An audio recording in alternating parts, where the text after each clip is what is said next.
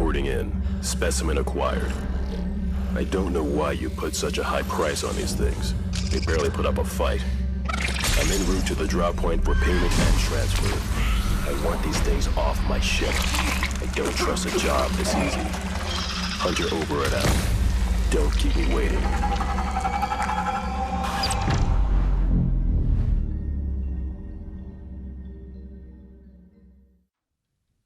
To play that game. That game looks sick, in all honesty. Shout out to Baron Samedi. The Tier 5 skin is out, and it's out now.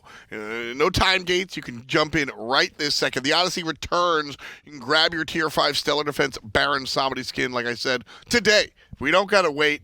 We don't got to wait for the minor league. Europe has just closed out. We finished half of our games. North America will come up next. But first, let's take a look at what Europe looks like after those two games have been completed. Up top is Simplicity, despite dropping down to Queso and Flashpoint, who also dropped their set down to Horizon Union, who has been looking better lately.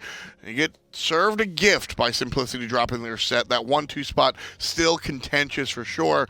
I'm Tom Battinger. Joining me is going to be Anatoly Alexeyenok. We're not wearing the same shirt, so that's pretty cool. Coming up next, though, is North America. Some interesting teams battling it out there. Armada up against Exillium. This could be another story of maybe the underdog pulling the upsets. That seems to be the theme coming out of Europe. Not sure if that's going to repeat in North America. Armada are very stacked in the rosters. Yeah, you see up there, Hype Unit is up on top, but Armada very, very close behind. Exillium, on the other hand, not exactly as successful as, well, anybody else in the league. They are down there on the bottom in number 6, beneath Cryptic and Sanguine and everyone else. So Armada coming out today. It'll be a tall task for Exillium to go ahead and grab it. But if you've been paying attention to the script today, as totally kind of referenced, that's been going on. The lower end card has been winning over and over again. We'll see if Exillium has the juice. Totally off the top of your head, what can you tell us specifically about them, Exillium? Exillium, their roster not as stacked as Armada, but they definitely have some talent there. I'm looking at DayToRemeber, the hunter player of this team. He's the one that's probably going to really need to do the most heavy lifting in the mid to late game. So pick him a safe god. He likes the Jing a lot. We'll jump in here in the picks and bans. Exillium taking on Armada. An interesting match to be sure. Exillium here on the left side with the first pick and the first ban. With that in mind, as far as our bans are concerned, I expect a lot of standard stuff. Earlier today, we got a chance to see Flashpoint, and when you're playing against Flashpoint, they're very jungle-heavy. Teams tend to focus on him individually. Well, this is much more of a meta team, so I think we expect to see the Isises, the Thor, the sets, everything kind of in their proper place as we go in and play a very, what I expect to be a meta-conscious game. Yeah, some teams like to ban the Thor, like to pick the Thor early on, but against a team like Armada where they can flex the Thor, either jungle or the soul lane for Baskin, you're going to want to ban that right off the bat. That's one of the big deals here. Baskin certainly still playing on Armada, one of the stronger players in all of SMITE games, so Exillium will be heading up against that. Armada banning out the Isis and the set, as I said, just kind of walking down the tier list, paying attention to the top of the crop, whereas Exillium banning out the Thor, the Merlin, and the Horus, 3 very powerful characters, and a ton of control specifically with respects to what those guys bring. All around gone as well. Timer over to Exillium. No Sanctified Field this time around allows Armada to be aggressive with whatever draft they want, and you can expect them to be aggressive. They have great early game possibilities and also a great late game as well. Baskin in particular, in Phase 2 of the Season 6, has the most GP up, actually tied with Benny Q, number 1 at 588, so he's a player that's very hard to deny. Anhur, the first selection overall. Curious, Amusing Cobb is available. There's a number of other choices that we've seen prioritized. So Anhur being picked up is not a mistake. I think Anhur is still very, very good and a very flexible character. We saw Fellas bring it into the jungle before, can absolutely play in the lane. So I don't hate the selection, but it does make me a little curious as to why we don't see the AMC. Armada asked the same question. Might pick it up themselves. Khepri the first choice. AMC hovered. And Anubis locked. Got it. Interesting. Now, I like the idea from Exillium with the Anhur because Vetium, the hunter for Armada, likes to play aggressive, and Anhur enables aggression all throughout. Meerkat can also play that in the mid position if he wants to, as long as Mast is setting him up for the easy Desert Fury. So This Anubis pick, though, in particular, not a direct counter towards the Anhur. Sure, you are immune of knockbacks during your Plague of Locusts and also that Death Gaze, but it might be like a kill or be killed idea. Armada gonna bait out the Anubis and then Scarab's blessing him. Achilles and Thoth, though, two characters that I really like into Anubis. The Achilles stun is a great way to interrupt some of the nonsense out of the Plague of Locusts. Yep. And Thoth guy, that's what I look for. Anytime I see an Anubis on the other team, I definitely want to capitalize off of the fact that he's got to stand still to use the ultimate. Plague of Locusts as well, but a lot of times you'll see Anubis kind of play smartly with that Locust cancel run. The ultimate, though, you're committing to that. Yes. And anytime I see Anubis, I'm thinking Thoth, I'm thinking Kukulkan, I'm thinking characters that will just blow you up for standing still. That's right. Ra potentially, got Raijin for a huge burst damage. Thoth takes a little bit of time, though, to channel that final judgment. About 4 seconds to get the full 100% of it. I would have much rather seen maybe a Ra instead, but we haven't really seen Ra in general very often, so I still respect the fact that you can run this Thoth in the mid lane or even in the long lane. Ratatoskr, likely to be the jungle of choice for Armada, could wind up in an off-roll on the solo side, but most likely to be in the hands of our jungler. Second round bans coming out. Armada ban out the Naja and the Kuzenbo. Exillium will focus instead on the Chernobog. And with one more, they're going to take away the Jing Wei, so focused on the Hunters specifically. Armada here, they've got a support, they've got an Anubis, and they've got a Ratatoskr. Anubis long lane, you're thinking? I'm not sure yet. I have to see both drafts before I really see where this Anubis is going to go. Like, I think all of Armada is so flexible that they can just swap roles if they really want to, but I don't know if they want to do that, knowing that they're still like tied for that number 2, number 3 spots, and only 2 teams per region are going to make it towards the HRX placements. Got to watch out for the end goal for sure. Fafnir going to be selected here for Exillium. That character, one of the least flexible, definitely winds up in that support position. The clear comes by way of the Cursed Hammer, and it's too easy to stand in front of, just like an Anhur, except the basic attacks aren't there like an Anhur. Fafnir kind of relegated into that support position. The Robin winds up being a nice jungle look, and the Achilles winds up being a nice short lane look. I think there's a little bit of flexibility between Achilles and Robin. We have seen some players bring Robin back to the solo lane. Sun Wukong across the way for Armada. I think it's the dive potential, having your Somersault Cloud, or at least the ultimate, to be able to chase down those targets. Thoth is going to have to think twice about using that evade and punish when Baskin's playing this Wukong. Well, Exilium and Armada here setting things up and looking at the table. I like the draft. I love a good Anubis. I do like a good Anubis. I think there is potential. And let me say this. There's potential for him to win the game. We'll see if that's the case. A for Armada, E for Exilium. Hey, what's up? It's over to the casters. A for aggro, and then F for Finch. Good job there, Tom, setting me up with an easy to follow up on bit as we move into Exilium versus Armada. It is indeed going to be Finch and aggro here with Doug on the camera as always. And Meerkat taking this Anubis into the middle lane, starting off with tier 2 of the Bancroft's talent, because of course. That is what you're doing if you're playing Anubis. You're definitely not picking Anubis to slow clear this first wave. It is all about walking up and using Plague of Locusts, and Meerkat didn't get it. Okay, so here's what you're doing. We're waiting for level 2 now so that we can walk up and clear the wave. I mean, Anhur does give you a lot of threat that he'll just auto you and kill you for doing this, as Mast hits Bayroneri with the classic ranked level 1 rat gank. Kyrmi not there in time to help out.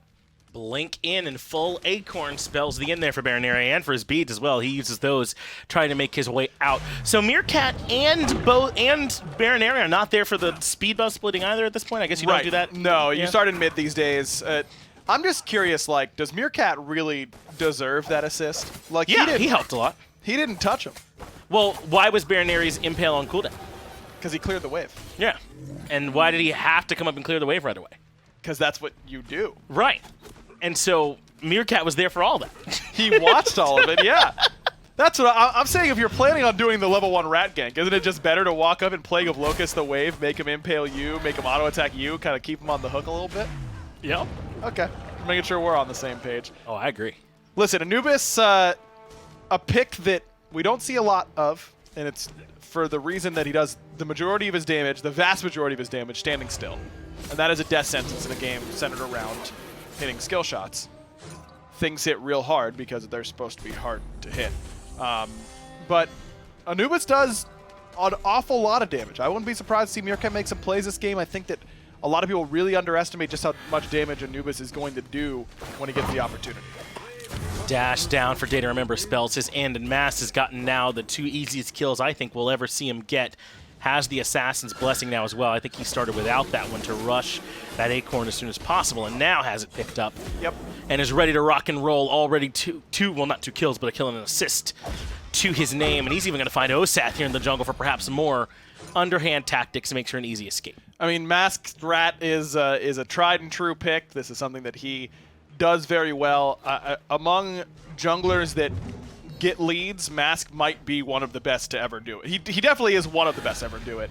There's an argument to be made that he is the best lead pusher ever in the jungle. Maybe second to only Adapting. I mean, this dude understands how to find your pressure points and really exploit them well, and it's a reason why the Ratatoskr has been a pick for him for a long time. Yeah, the only people who might need a little bit of backup on that are people who haven't been around to see more of Mask's career. If you're familiar with him just as an SML player, that might seem wild to hear, but Mask's in the talk just best jungler in the SPL too when he was in there, man, especially towards the end of Season 5 and some of Season 4, so you're certainly right, man. This dude plays at a really nuts level. I like when he's on a team that's competing for big things and he's able to get high-level practice regularly and push the meta, which is something that he does a lot.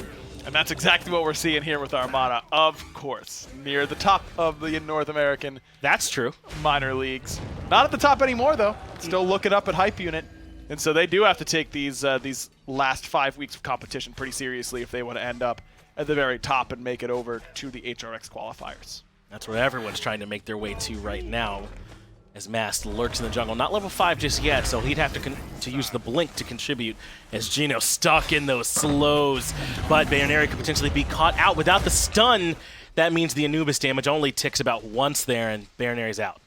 Meerkat it probably does not have enough, actually, for Bancroft's full at this point. No, he got the assist on the first blood, so he does. And he will be able to finish it off, and that is a difference. Even he gets a chance to get his boots 1, so actually would have had definitely enough.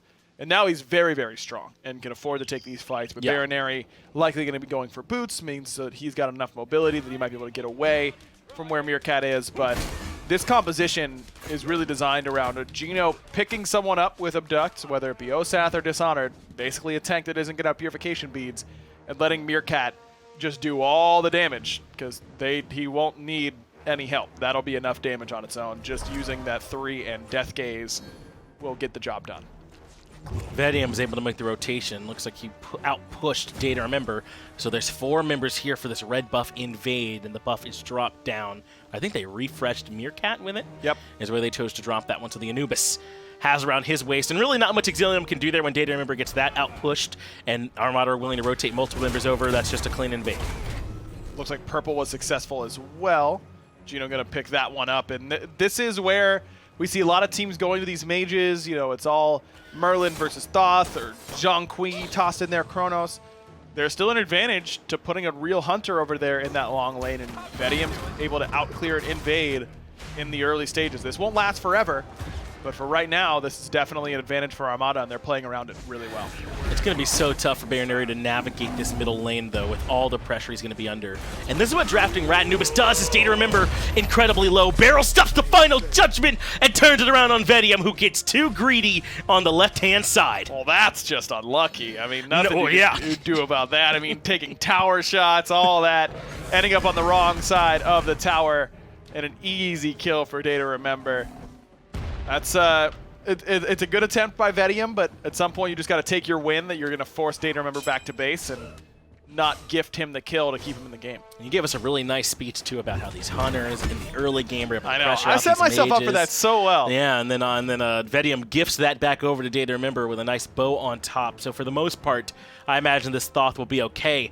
But it wasn't Vetium I was talking about potentially having a tough time. I was trying to talk about the other hunter, Bayroneri, on this Anhur, and how a Rat and an Anubis, they both are such threats on your CC immunity, on your beads, on your leap, on the Desert Fury, that he has to make sure he's so careful with where he chooses to use those, or he's a sitting duck the next time. Completely agree. It's going to be a difficult game for Bayroneri for sure, but Mask has let off the pressure a tiny bit, has not used that ultimate quite yet as a pressure tool. Very surprised by that.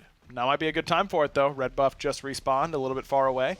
Why not use that through to Cosmos to get close? Sure, it's just still not an argument for holding the one he got at 5, but Mast, or rather Meerkat, looking for the turnaround potential, and obviously able to do that with the ult, and Mast comes in to clean up one more, and Kyrmi now falls as well, and just not going to be enough damage coming from DayToRemeber yet. Final Judgment off the mark, and they're stuck inside the Suns. That's 3 for Armada as they steamroll Exillium. Dishonored can't find the execute. Meerkat finds the wrap as well.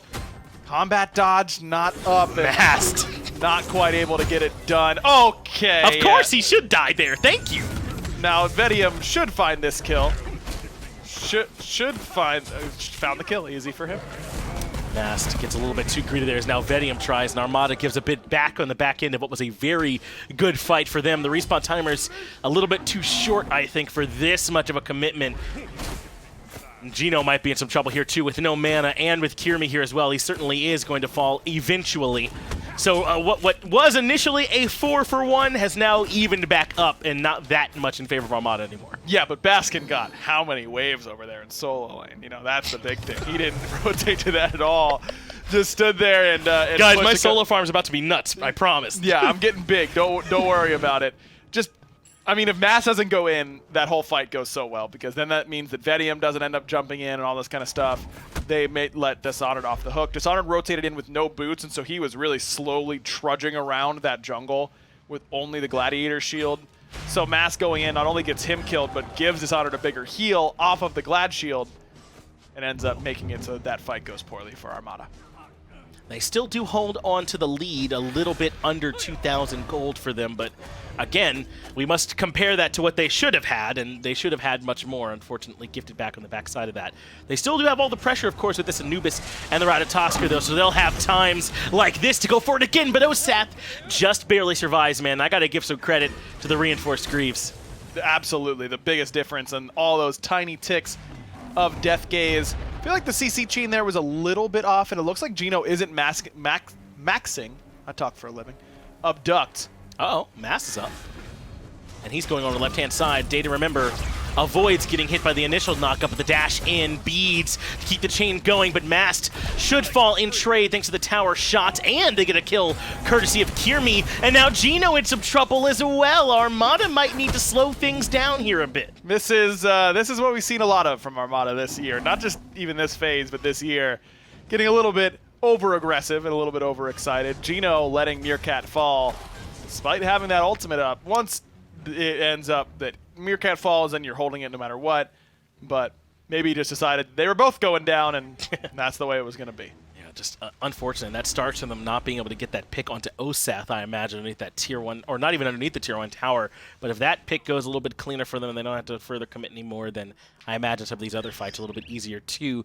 DayToRemeber does a good job extending his life as much as he possibly could underneath the tier 1, and that hurts Masked. So a little bit of a mix of Armada not being as clean as they could be, in Exilium doing some stuff well. Now, they thought about not going for this because of the Oracle Vision, but Anubis, not only great damage to players, but great objective damage as well. Psych? Still decided that they didn't want that. I guess with Bayroneri coming back, the timings they had in their brain, they decided to let it go. They did. They came in, gave it a thought, and back out. That does, at least for a moment, maybe pull Exillium in a little bit, but again, they have enough vision to know it's also immediately done from Armada, so it's not going to flood the comms there too much. As Exillium have actually gotten some anti-heal online here already, an early Brawler's Beat Stick from Kyrmi. Smart. I think this is a pretty good pickup, agreed, into this Anubis, and even some of that sustain there for Rat. Yeah, I mean, Glad Shield for Baskin, you've got a little bit of sustain for Mask, Vetium's going Lifesteal, and then the Bancrofts for Meerkat. Definitely worthwhile. I mean, if Anubis is allowed to go full lifesteal, if we see a Bancrofts and a Typhon's Fang for Anubis, he ends up doing a ton of damage and is able to live through a lot of nonsense, so this is the right idea. Building anti-heal into Anubis, kind of like you would a Pele almost, where otherwise the ability to stand and fight when low gets a little bit too strong. Does anyone else, you know, reliably build Typhon's Fang aside from Anubis? So then how come Mercury can't have Golden Blade, huh? Where it just works for him and makes him sick. I won't have it. That argument makes so little sense. Don't you say that. But I want, but I'm right. But I don't want to Why hear are it. you I don't booing? want to hear it, is what I'm saying. That can be true. Right. Yes. Yeah, that's probably fine.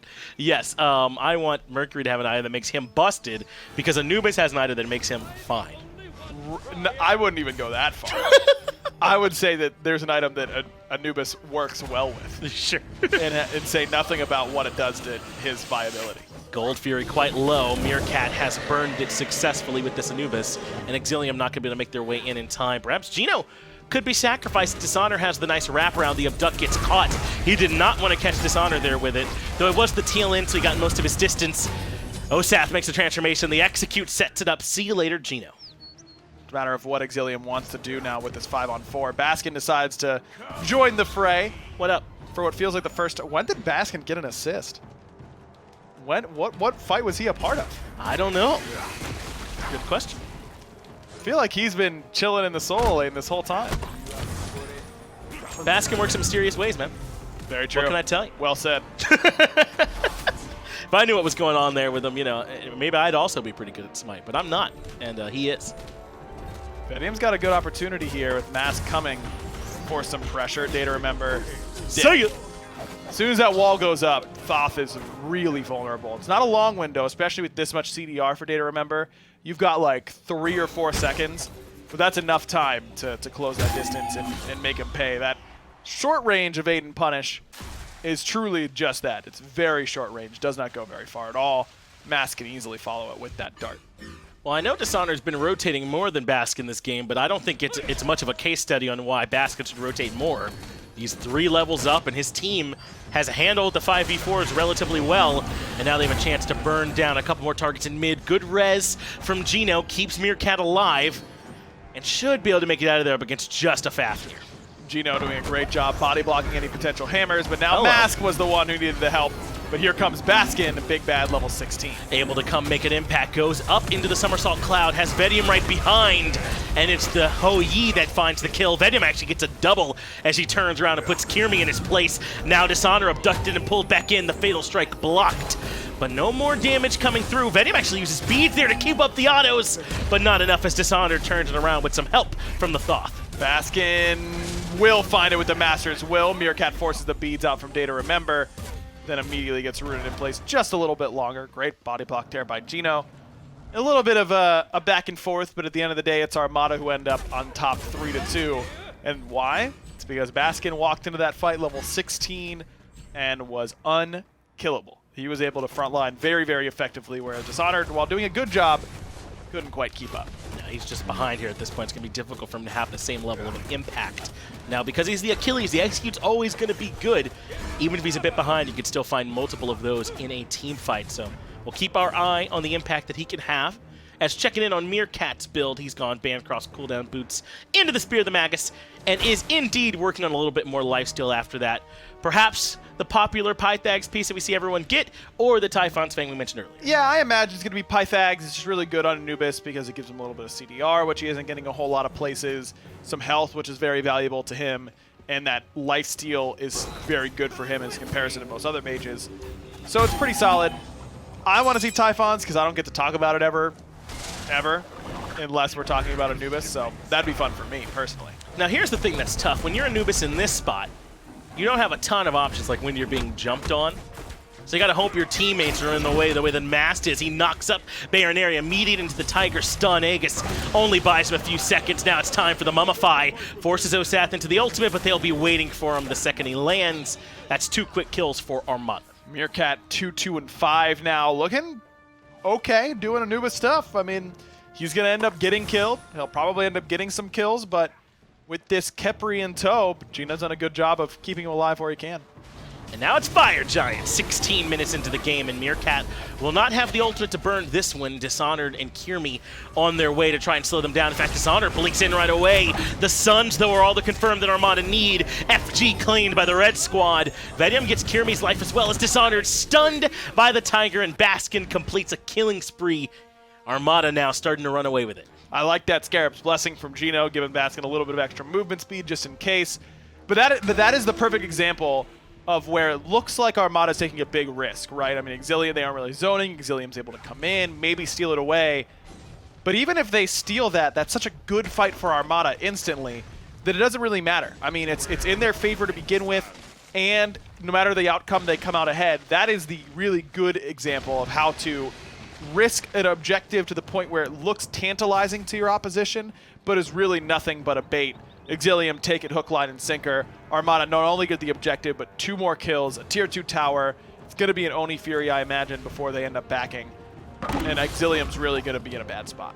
And it's tough, too, because not taking the bait is kind of bad in that situation. You don't want to give them the FG and all that for free either, so Exillium in a kind of tough spot as Meerkat deleted. Okay. Bayroneri gets a double kill as Mast ends up falling here as well. Armada, we're not expecting this kind of defense from a team down 10k gold. Baskin wants to try and 1v5, but Wukong not as equipped as some other solo laners. He's got to disengage. Meanwhile, Vetium stayed on this Oni Fury, so Exillium take it, and they might even get his life as well. Dive Bomb allows him to reposition, but a bit of a collapse from Armada.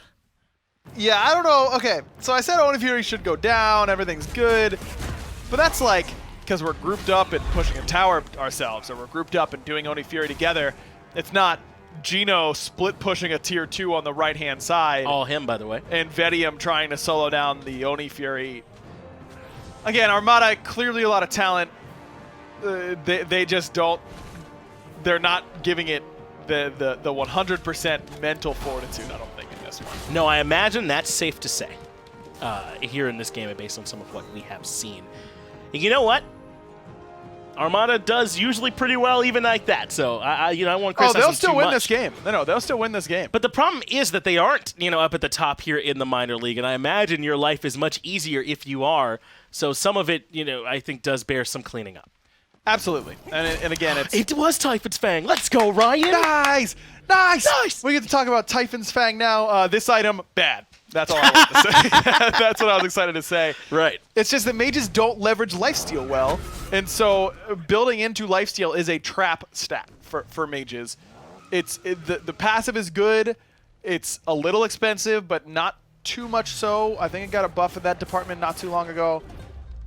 It's good on Anubis. Right. And that's about it. Anubis, one of the few who do use lifesteal to such a degree that Typhon's Fang worth it, but as you said, largely just not going to be valuable enough for any other mages. Baskin threatening the mid-Phoenix by himself here with this minion wave, and that pulls a good deal of Exillium off and guarantees the tier 2 for Armada.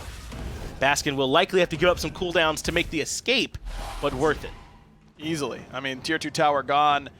This is where you put the pressure points on Exillium. How good are you guys at communicating? Can you afford to take a 4-on-4 on the tier 2? Let's see what you want to go for. Wow.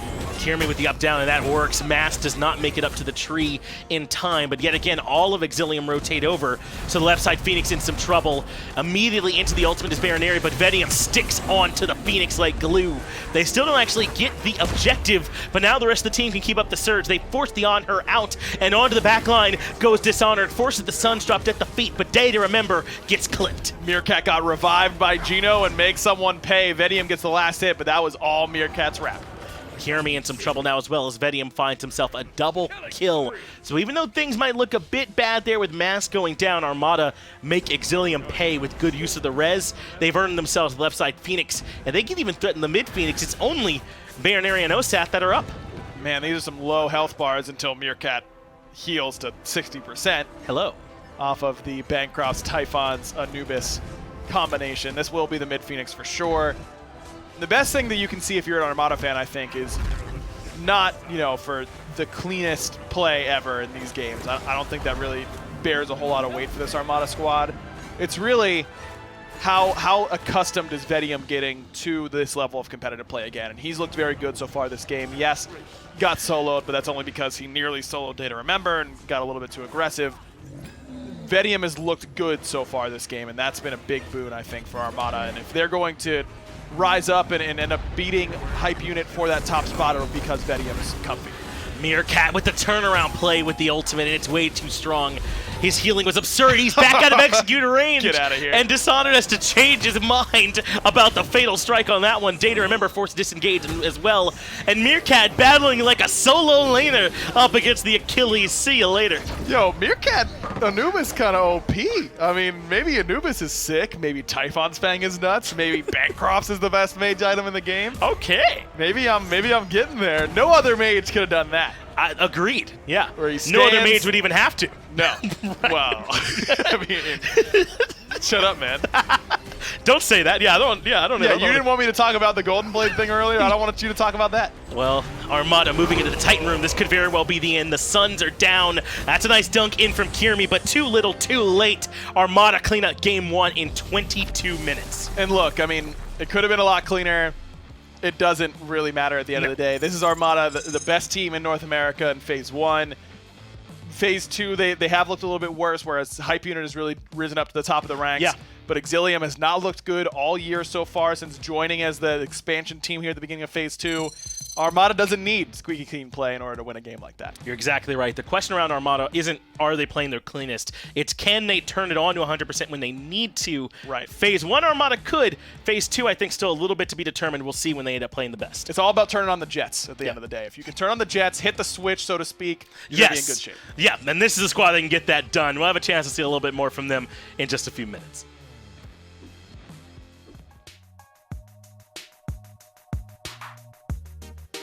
INAP, powering the control room for the SMITE Minor League.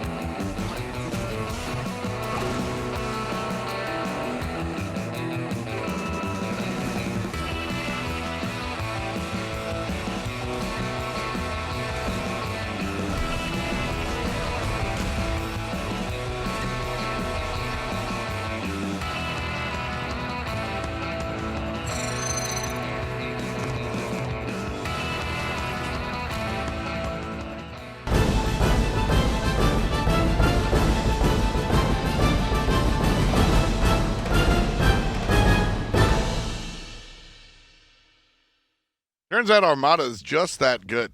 Nice look there. Even with Anubis, as Tolly said, kind of bringing out some of the oddball selections. Tom and Tolly breaking down game number 1 here for you. Armada Exillium. That was kind of interesting. Like you said, the Anubis came out and did well. It was spicy, and it was important for Geno to play the Khepri to protect the Anubis in the late game. Very few opportunities to kill Meerkat. It definitely helped Meerkat transition from the early game because of Mask's early presence on this Ratatoskr, first blooding Bayroneri. Baskin had a fantastic game as well, 4-0-7. The game is 22 minutes. That's really where Sun Wukong is going to really flex out. He works well in the mid-game. Later, towards the end stage, sometimes he gets killed before he gets into the ultimate or whatnot, but here, doing work. Look at his farm, 687 GPM. He's actually one of the best farmers in all of SMITE history. 99 GPM higher than his average so far in Phase 2. I mean, that's what makes him so powerful, right? Yeah, this is just his ability to maximize the efficiency of everything on his side of the map between the lane, Totem of Ku, his blue buff, your opponent's blue buff, his back camps, your back camps. Even if you gank him early, he'll still find a way to crawl back into this game. Right now, I think it's less of a crawl and more of a jump here, as Armada has looked really strong. Picks and bans for game number 2 should come up in just a little bit, but before we jump right into number 2, what are some of the things that Exilium could shape up and ship out before we hit over just there? Be a little bit more reactionary towards the aggression from Armada. The way they were able to hold their own red buff around 9.5 minutes was beautiful, right? They baited out Mask's ultimate, punished him with the slow from the desert, from the obelisk into the Desert Fury, and winning that team fight, they couldn't really transition that into any sort of mid-game control. So I think they should just go for the objectives after all these picks. Let's see how it works out. Picks and bans on the way here. Armada with the first selection this time around, changing it up from game number 1. The bans will probably look very similar. No set ban here by Armada. Exillium going to ban out some stuff of their own. I expect a lot of the nonsense, like we look at the Thor, there it is, the Isis, a lot of the standard bans. All around potentially as well for usually the second pick slot. You don't want to give up that sanctified field unless you have a specific ganking level 2 from the jungle side strategy. But Armada are the ones normally banning away things that the chaos side would ban away. Absolutely. I'm sorry. A moment real quick. Isis banned out here as well. We'll take a look at where everybody else is going to ban stuff in a moment. As Armada is being able to have this one-game lead, there's something to be said about the fact that they can play an Anubis in game 1 and still have a lot of comfort in their picks to have the confidence of starting off with not even the Plague of Locusts. Meerkat, he starts off with the Talon's Trinket and he goes for the Grasping Hands instead, really understanding that his rotation from the jungle side is going to help him get that lane presence anyway. Yeah, I think it's important watching the Grasping Hands. It allows you to stay a little bit mobile. You want to max that, toss it down, run away. Some nice interaction there. Ban's done. Jing, the first pick overall here for Armada. See how this one kind of fares out. Obviously a very safe selection here for the Hunter role, so we'll see if that's going to be the case. Across the way, though, Exillium, they've got to choose 2 more selections, and it's going to be a Merlin, a very strong middle laner, as the Merlin gets through with a Naja ban from Armada. It's a little surprising to see Naja being stripped away in Phase 2. This is a very heavily contested pick in the first half of Season 6 where there's a lot of assassin supports and all that stuff, but starting to drift away from the favor because of the defensive supports as well, the Gebs, the Khepris of the like. Khepri is going to be selected here. Last time around was there to protect the Anubis. Exillium take it away, and it'll protect their Merlin and whoever they pair up with. Thanatos will be chosen here next to Jing, and one more selection for Armada before the second ban phase. And I'm looking for a crowd controller. Kukulkan is not the crowd controller, but will work off of some good crowd control, hopefully selected in phase number 2. Yeah, it doesn't matter who's setting up who between this mid-jungle synergy. You can get them low enough with the Spirit of the Nine Winds into the Hovering Death, or vice versa, get the stun off, and then all the burst damage to follow from your mage. The Erlang Shen coming through here for Exillium. Still a strong character. Had some issues, or excuse me, was touched a little bit as far as the nerf is concerned, but I think still an absolutely acceptable choice here. Second round bans are coming through. No Ares and no Anhur, so teams working down alphabetically. We'll see where Exillium goes and Armada will follow. I expect to see some more control bans here from Exillium. And the Kukulkan absolutely will do it. A lot of control that he brings. You don't want to see it on Armada's side, so snatched away. Armada now looking at Exillium. They banned out the Anhur. That looked really strong on one of their carries earlier, and the AMC will likely do the same. So Exillium on the clock. It's so funny to see how either best of 3 or best of 5 metas shift between games. Anhur and Muzinka was heavily prioritized before the secondary phase. Now, we're not going to see either. So Armada and Exillium switching things up. Cernunnos the selection here. We saw him earlier. Played in the middle lane. Oddball stuff there. We'll see if it works out. Exillium certainly have an interesting draft. The Erlang Shen, the Cernunnos, the Khepri, and the Merlin. They'll be going head-to-head against Vamana. Vamana brings here for Armada. Baskin has played Vamana a ton. Definitely. Could be also for the jungle for Mass, even though there is a Thanatos. You never know with all of Armada and their just spiciness depending on what they're feeling. But this Cernunnos is important to try to survive. And I don't know if 2 forms of lifesteal with the spring stance seasonal change is enough here today. Cernunnos, the 4th pick, the 5th selection coming here for Exillium. We've got 1 shot. I'm looking for a solo laner, I think, and Jormungandr. Jormungandr will be the choice here for Exillium. So some big magical damage dealers here on the side of Exillium. Armada have a very interesting draft. Kukulkan, Thanatos, some characters we don't normally see. If you're going to look to dive the Kukulkan, it's Jormungandr that you want because you can dive successfully without taking any return fire damage. That World Serpent, so important. Armada, Exillium, game number 2. Out to the casters. Thank you, Tom. Thanks, Anatoly. Still Finch and Ryan here as we move into game number 2 between Armada and Exillium. Armada, as we said before, maybe weren't playing as tight as we know that they can, but they still came away with that victory quite comfortably. And we're seeing that reflected here. Meerkat on the Jing middle, Vetium, Kukulkan, long lane, and Geno on support Thanatos. Yeah, this is definitely not what I was expecting to see when I saw these picks locked in. Okay. It's because I thought they would put them in the places where they are better than this. But this works too, I suppose. Geno in some trouble. Geno is now dead. Kyrmi found first blood on the Thanatos support. Erlang Shen is good. He is. He definitely is. And Thanatos support is not. No. So that means that 1 + 1 does indeed equal 2. And it's not getting a whole lot easier for Armada because Meerkat was forced to get agility at level 1 so that he has no wave clear whatsoever. He's going to have a tough time out clearing a Merlin anyways. But now, think about how freaked out those minions are going to be when the Jingwei agility's past them. They're gonna be like, whoa, that's fast. nice, Geno, nice. That's a first kill for Thanatos support. No one else could have killed that 1 HP Cernunnos. But Thanatos did it really well. And he has a chance to use that kill in a way that not a lot of other supports could. How so? He'll be able to clear the jungle quickly now because he's Thanatos. Look at this. Osath can't come in here and contest this. Not Well, safely. they can. They use both their clear abilities. Yeah, but like he's not gonna be able to take this. You know what I mean? Like look No, at that. they got it. Yeah. See? Exactly. Uh-oh. Now that Kyrmi's here, though, this could potentially be trouble. Blink in on Vetium, and the Kukulkan with few options to reposition ends up falling. And now no. Geno's been caught by the abducted, Again? pulled back in. They just need a few of these autos to land, and Geno is out of sorts. A Scythe could heal him if he could find a turnaround hit and make it towards his team. Nice. Here it is.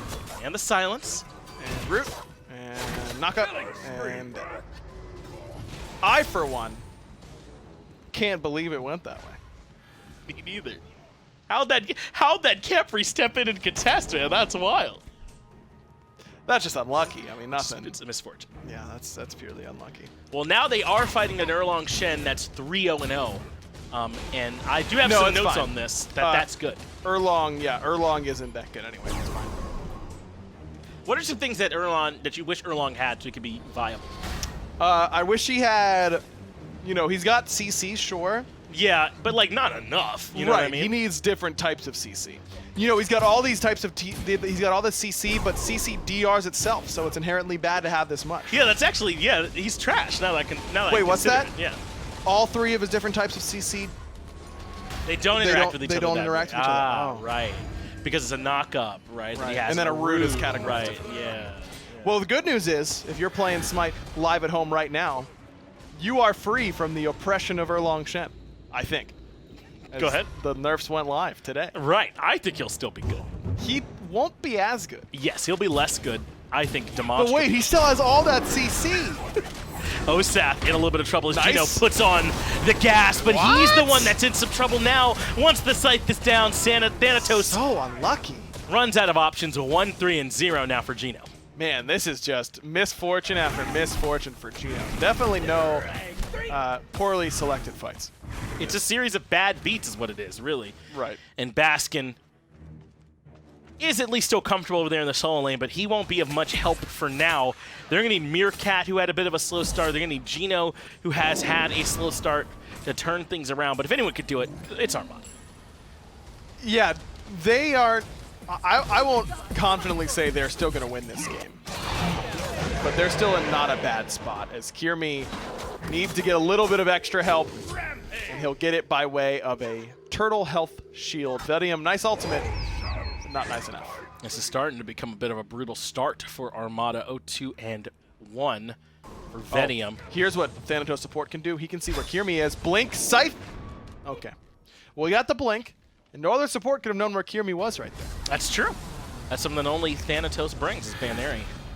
Has to be a bit careful. He's low HP, but has Osath right here to body block. So obviously you're picking this Thanatos support in the similar vein that you pick warrior supports, because he gets you pressure when you normally don't have it from a role that's not particularly valuable early anyway, and you kind of trade that away and hopes that you can make up that difference later on by being really far ahead. Sure. And I think Thanatos does all of that to an nth degree, even more so than even the most aggressive warrior. Yeah, I mean, he doesn't need to build a whole lot of power. His scaling isn't particularly high. It's really all in the base damage of Death Scythe plus that 10% of target's max HP threshold that's in there. All that pretty good. Baskin should be okay here. He mitigated wounds at a pretty good time, but never gets a chance to get that big burst heal. He thought he was fine, and so did I, but Kyrmi, I forgot, was kind of 5-0 when that whole thing started. And now he's 6-0. That's good. That's all the kills for Exillium, by the way. And that can be a bit risky. I mean, if Meerkat, Mask, Geno, Vetium, Baskin, someone ends up pulling down this Erlang Shen, then they're going to get an awful lot of gold from it. It'll be a hefty bounty for sure. Ninja Tabi now completed for Kyrmi, and it looks like he's working on that next pen option. Got to imagine it's a crusher, as Mast, without the Colossal Fury this time, is in a lot less safety, nice. But Baskin comes in with a nice driving strike, but the abduct from Osath even better, and Kyrmi should be out. It's a question of can they get Osath out of here now too, and it looks like he is, but Meerkat is rotating really deep for this pick. I don't know if he's gonna find it. This might cost him airstrike. Osath actually got silenced. That's such a sick support play by the Thanatos, and they execute, just waiting to see if Meerkat's gonna get it, or waiting until Meerkat thinks he's gonna get it, and then immediately taking it from him. Nicely done by Geno there with that silence. And are able to strip away the blue buff on the back end of that too, so they stem the bleeding in a pretty successful way, catching out Osath, taking some unfortunate pathing, and getting caught off by Geno with that silence when he was looking for the abduct. Had it not been for that, though, I think that would have been a really good sequence for Exillium. Just an actual bit of bad luck. Yes. Nice blink engagement by Kyrmi. Geno never hits the ground, but here comes Baskin. Yo, he dead. He didn't make it. They both didn't make it. Osath is able to find Meerkat. They have the Scarab's Blessing down on Kyrmi, which brings him back, but with Baskin making the early rotation, they get the shutdown bonus. And I don't know if it could have gone onto a better target. DayToRemeber finds Vetium underneath the Tier 1 tower, and suddenly Dishonored joins the play, looking for Baskin. Baskin low, but should be A-okay. Walking into the Dragonfire, not a good way to make me confident in that, but still level 8. Vetium is now very far behind in this long lane, down about 50 XP per minute, and likely to continue to have some struggles. Wouldn't mind a little roll swapperino here. They might be doing it. Put him to the mid lane. He's already, I mean, he's ahead of Bayroneri because that's the meta. He's gotten every wave solo, so it doesn't matter that he's 0-3. So he's able to stay relevant in this mid lane. Meerkat can waltz over and not be as dangerous. Yep. Or in as much danger, I should say, of getting solo. Yeah, will be much safer if he's a little bit behind the same way that Vetium was on this Kukulkan. So they managed to get these picks out of the hyper early game with this roll swap if they stick to it. It looks like they might not be, actually. No, they're sending Vetium right back over to left. There you go. Yeah, I would like to see Vetium stick it in mid here. I mean, it's just so much safer for him in a sense that, yes, there's going to be more people around him, and that is usually less safe, but DayToRemeber is given so much free reign to play aggressively in this lane that he can really just be a degenerate and run you down without any real fear because he's so far ahead of what the junglers are going to be able to do. Baskin's starting to bully Dishonored a little bit, but I think it's because Dishonored hasn't found his back timing yet. Geno abducted, but no one immediately nearby to punish on the back end. In fact, Mask rotates in late. Doesn't find anything there either. But yeah, Dishonored hasn't found the timing yet, so he's fighting at a Blackthorn and Warrior Tabi in the soul lane, probably why he's catching the hands right now. Should be a back to finish either Stone of Binding or a Dynasty Plate Helm or something like that. Maybe even Pythags, if we see it sometimes. Could go Pythags for sure. Don't have one elsewhere right now, but goes with a pure defense in the Breastplate of Valor. Doesn't go CDR boots, goes with Pen boots, so you want a little bit of extra in this slot. Makes sense to me. Also, plenty of physicals on the enemy team, only one magical. Two-man taunt, though, from Kyrmi into the knock-up. Easiest kill you'll ever see. Easiest triple for Bayroneri. Perfectly set up by Kyrmi on this Erlang Shen. And this is why you can't let him go 6-0-5 or whatever he was. Yeah, that's an easy way to get a lot of kills. Meerkat's beat just now coming off of cooldown, I believe, as he had lost them earlier on in the mid lane. And no one got a relic off. No one got an ultimate off. No one got to play the game. Erlang Shen. Kyrmi now might be able to catch Vetium. That's a pretty good ultimate. He would certainly have died there had that not been as perfectly placed as it was, but he might still die. To DayToRemeber making the rotation underneath the tower. Ooh. Should be able to die for this one, but he'll wait. Has the Wild Hunt. Difficult to see Vetium making it out of this one alive. Ooh. But this one was as sloppy as it could have been from Exillium, and Osath could be in trouble of falling too. Geno comes in, provides peel that only a Thanatos can to get Vetium out. That was pretty sick. I mean, Vetium plays that really well. Just too early on the ultimate from Osath. You have to wait a little bit, though. Wouldn't have mattered because the XU was coming in from Geno. Nicely I think done. he could have at least gotten the trade. Probably, yeah, probably. 4 and 5, by the way, for this support Thanatos. That's 4 out of Armada's 5 kills, and also his slash line. I'm just surprised that DayToRemeber waits that long to start the dive anyway. If he's just going to get the ultimate from Osath, either direction, you know, go ahead and force Vetium to make that commitment in terms of his positioning sooner, so that you can drop the Wild Hunt once he does commit. As Kyrmi manages to worm his way out of that one because Erlang Shen's very good. Meerkat airstrikes in. He had to, I think. Now is going to dive for it. He's going to turn around and use airstrike back towards his tower. If he waits any longer, I think he's in the CC chain, though. Yeah, maybe. I mean, he had beads up. Sure. No Devourer's Gauntlets here from Meerkat. Decides that he can't afford to take that slow power spike. Instead, invests the extra bit of gold and gets himself a Blood Forge to start us off. So plenty of power with this option, but also a pretty hefty investment. When you are 0-3 and your enemy mid laner is 5-0, it's a pretty big difference. Yes. Good analysis. Thank you. I'm right there next to you. That I'd rather be 5-0-3 than 0-3-2. Vetium in trouble yet again. At this point, I don't know what the Kukulkan can do differently. Nothing. Yeah. Geno goes up into the air. In execute threshold for a moment, but I think Kyrmi actually healed out of it. So it'll just be the stun right now, but still sets up for the Scythe to effectively execute. Geno catches quite a few autos from DayToRemeber and will accept the 1-for-1 trade. 1-for-1 right there. Not too bad, really. I mean, Vetium, yes, needs to stay on the map and get some farm, but keeping Kyrmi off the map really does allow Mass to catch up. I mean, he's down by a considerable amount, as you would expect when the enemy jungler starts off 6-0 across the map. It's a pretty easy way to get a lead, it turns out. Yes. Can we see the charts, Doug? Because the gold's not that much of a problem, so I want to experience is either Meerkat falls yet again. What this really tells for me is that this is kind of a lead from Exilium in the bank, and we don't know for sure that they're going to make good use of this until this next spawn of the Fury here in 2 minutes, unless you see some Pyromancers and those type of things go down. And it looks like we might be Dishonored and the rest of the squad are here, but instead they're going to make sure that they get blue.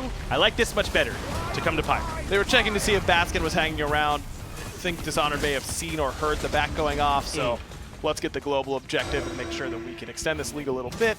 Pyromancer is the perfect call for that. It's a pretty big lead to have at this point in the game. Big in XP as well, though Mass did make use of that time with Kyrmi on the respawn to catch up a little bit. All that did was set Meerkat even further behind, though, during that time because of Bayroneri's solo kill. Bayroneri has the Shaman's Ring third item. I feel like we don't see this in Merlin builds that often, but it's one that makes, you know, a good deal of sense, I feel like. He's going to be doing a lot of different sources of damage and should be able to make good use of this passive. I think we'll start to see it more now that it's 110 power, 10% CDR. Losing the movement speed really hurts, but these are still very strong stats for this item. And it synergizes well with, as you mentioned, with what Merlin wants to do. I would expect a lot of Shaman's Ring in the next few weeks, especially on characters like Merlin. Yeah, I'm thinking so too. The more I think about it, the more I'm surprised we hadn't seen it much before. But you're right. I think that it might have been a bit slow what Merlin was looking for in the past. A Shield of Regrowth, that's not a bad point out there, Doug. Comes out here for this Thanatos, largely relying on the heals to get some value there as Osath immediately drops the Scarab's Blessing on himself. But without the damage from the boulder, they can't execute through it. Mass goes into the Colossal Fury as Kyrmi comes through, but that Toxic Blade's going to limit the healing from Baskin in a pretty major way. Can Dishonored close the gap? And looks like Armada have made their way out. Dishonored pretty aggressive with that landing spot. Cost him his Purification Beads once he pops back up, and not bad timing, for Armada. I mean, you've got a potential defense on this Fury. I mean, Kyrmi, no relics, no beads or ultimate for Dishonored. Yeah, you lost this execute from Geno. That's not a big deal, I don't think. There's a pretty decent spot for Armada to try and fight. Looks like we do have a brief pause coming out here from Bayroneri, so we'll give him and the rest of Exillium a little bit of time to get everything sorted out, as this next Fury fight that's gearing up to happen is going to be huge. I was just saying how much I feel like Exillium have to cash in this lead around this fight. And I'm not even saying just the objective. Ideally, you're getting a pick or two in the back of this as well. 100%. You need to get it here, and Vetium has that ultimate, so that's good seal potential. Primal Fury's low. In comes the ultimate from Vetium, so the objective is leashed, and Meerkat evaporates. Never even gets the airstrike off, and right back to the Primal Fury, and this time Armada can't afford to step in. Just like we said, objective and a pick. Perfect. Perfectly done by Exillium. Bait Meerkat in. Tough game for him, 0-5. Kind of the exact opposite of turning on the Jets, if you ask me. Did he flip the switch? It may be the wrong way, Right. but definitely not the way that we were looking for. If he flipped the switch last game and then flipped it again here, Right. because it's a switch, you know, obviously That could now be bad. he's turned it off. As Baskin surrounded by 3 members. Good driving strike and boulder damage as well. But Exillium looks like they're still willing to commit to try and take down this Herc. And they might have baited themselves here a little bit as Mass joins the fight as well. And Bayroneri now quite low. A shutdown bonus for Baskin, who turns things around. Here comes Kyrmi, and that's going to be a big deal. Mask into that Colossal Fury. Kyrmi might want to apply an auto attack or two just to anti-heal him, then start to back it up. But Baskin's still willing to brawl right now. This was such an odd fight selection here from Exillium. Matt does retreat, but it feels as though they've started to give away a little bit here of this lead. Meerkat wants to find Kyrmi and put him in combat, but can't get there in time. Kyrmi's out. Now Dishonored has to slowly meander his way back to the tower as in comes Geno on the Thanatos. Kyrmi has really good disruption and actually is able to drop the pin to clean up Meerkat. Now, what was a bad fight selection for a long time ends up working pretty well, but Baskin raid bosses his way to a killing spree. Man, Meerkat, again, flip the switch the other way. It wasn't where we wanted it to be right there. Rough fight from him again. Comes in, can't clean up the kill. Chases pretty deep. Level 12, by the way. Can't get a whole lot done. No, and not surprisingly, he struggled to get much done there. I am surprised they're taking this fight with this level 15, 16 Hercules. I understand you can't just let him invade your blue buff, but you also don't have to commit for 10 seconds, you know, to trying to chase him down either. Exactly, and he gets the shutdown kill on a Bayroneri, who was 6-0 at the time, so you definitely don't want to give that up to him. At least it wasn't going Meerkat's way. That would have gotten Meerkat a full level or two, potentially, so that is good news, but Bayroneri definitely needs to understand that despite the Divine Ruin there for him, as soon as he transforms into Fire Stance and tries to chase Baskin down, he's sealing a pretty tough fight for Exillium. Dishonored still trying to keep this blue buff alive. Baskin's not letting the fact that the rest of his team is behind deter him. But to be fair, I don't think he ever has the entirety that he's played Smite. This could finally be, though, a bit too much chewed off here for Baskin because there's so few escape paths for him here on the right-hand side. A good driving strike. Boulder does a lot of damage, but with 5 members here, he finally falls. Yeah, and why wouldn't Exillium put 5 members there, right? I mean, what is Armada really going to do to you across the map? They'll get a tier 1 in mid. That's fine. That's not worth a whole lot to us right now anyways. Some nice farm for Meerkat that was much needed, but Pyromancer goes down in Exillium's favor. Man, doesn't it go to tell you a lot about Armada's aura that I'm not willing to call this game more in Exillium's favor? There's just this They're constant... only up 3K. Right, there's this constant prevailing sense that Armada can just, you know, hold on long enough to turn this game around. That's why I'm saying Exillium have to really apply the pressure smartly if they want to grab the win. Vetium doesn't hit much at all there with the ultimate. Tier 1 tower goes down, but Kyrmi still ends up falling either way. And remembering that big start that he had, getting this Erlang Shen out of the equation is huge. Tier 1 tower went down in Exillium's favor, but still, that's not a big deal at all for Armada. They get a kill, and now can farm up some buffs. Fury won't be up for about a minute, so Kyrmi will certainly be back. Still not too shabby there for Armada.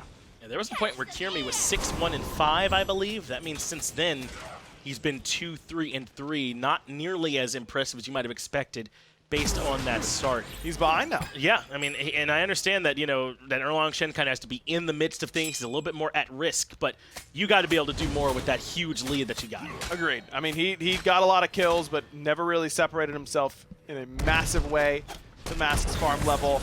Mask just having that veteran experience, understanding that he has to slow down the pace a little bit, get farm where he can, if he wants to end up winning this game. I think that he did a good job of power farming, and clearly it's resulted in the player damage being low for him. But that's what Vamana is. Vamana jungle is kind of there to power farm pretty quickly, use his quick movement speed to get around the map, and then end up being an impact in the mid to late game fights. Now, can Kyrmi make the mental adjustment? There's a big difference between being the Erlang Shen bully he was 10 minutes ago and then the much more relatively close Erlang Shen that he is now.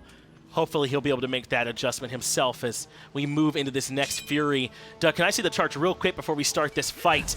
I mean, it's basically even at this point, man. Armada really not that far behind at all as Geno moves in to start to contest. Baskin's way on the back line, taking up quite a bit of damage, but not all of it. He ends up falling.